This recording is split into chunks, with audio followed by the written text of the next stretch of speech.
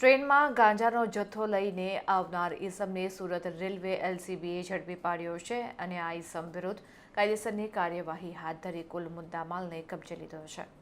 આંતરરાજ્યમાંથી railway train મારફતે ગુજરાત રાજ્યમાં નશાકારક તેમજ માદક પદાર્થોની હેરાફેરી સદંતર નેસ્ત નાબૂદ થાય તે માટે એલસીબી સુરતની ટીમના માણસો અલગ અલગ રેલવે સ્ટેશન ઉપર વોચ પેટ્રોલિંગમાં હતા.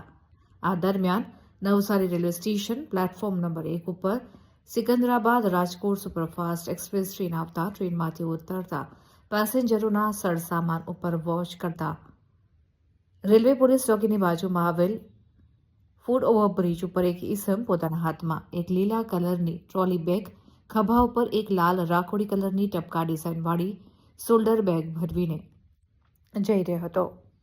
આ દરમિયાન બેગ અંગે પૂછતા બેગમાં શંકાસ્પદ નશીલા પદાર્થનો જથ્થો હોવાનું અને આ જથ્થો મંગાવનાર ઈસમ નવસારી રેલવે સ્ટેશન પ્લેટફોર્મ ઉપર જ ઉભેલો હોવાનું જણાઈ આવતા આ ઈસમને પકડી પાડી તેના વિરુદ્ધ કાયદેસરની કાર્યવાહી હાથ ધરવામાં આવી છે.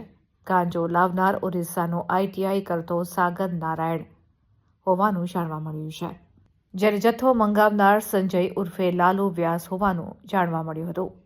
આમ હેરાફેરી કરતા તથા ગાંજાનો જથ્થો મંગાવનાર આરોપીઓને કુલ 16.105 કિલોગ્રામ ગાંજાના જથ્થા સાથે ઝડપી પાડી સુરત રેલવે લોકલ ક્રાઇમ બ્રાન્ચે એક મહત્વની કામગીરી પાર પાડી છે.